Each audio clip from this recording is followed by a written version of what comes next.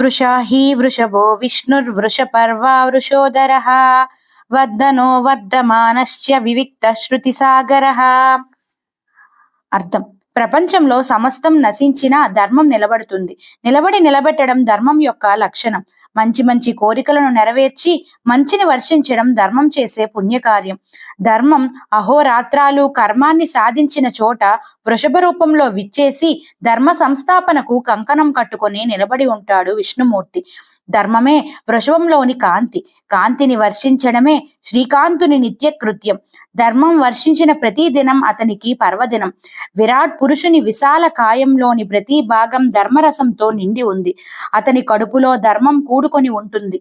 ధర్మరసంతో నిండి నిబిడీకృతమై ఉన్న విష్ణుమూర్తి వృషభాకారంలో ధర్మసారాన్ని ప్రపంచానికి పంచిపెడుతూ ఉంటాడు. కరిగే కొద్దీ పెరిగే నీలమేఘంలా ఘనశ్యాముడు కరిగిన కరుణాజలంతో పెరిగి పెద్దవాడవుతూ ఉంటాడు. తాను పెరగడమే కాక ఇతరులను పెంచుతాడు.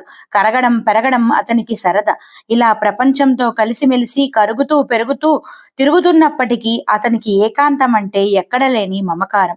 అందరితో ఉంటూనే అందరికీ దూరంగా ఉండగలిగిన వివేకి కనుకనే అతని దగ్గరకు వేదాలు మనోహర నాదాలను వినిపిస్తూ పరిగెత్తుకొని వస్తాయి.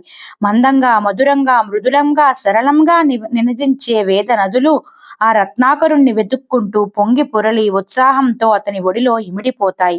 ధర్మం కురిసిన వర్ష జలంలో ఆ శృతిసాగరుడు నిండిపోతాడు, పండిపోతాడు. కానీ చెలియలి కట్ట దాటడు. గట్టు లోపలనే గలగల కలకల.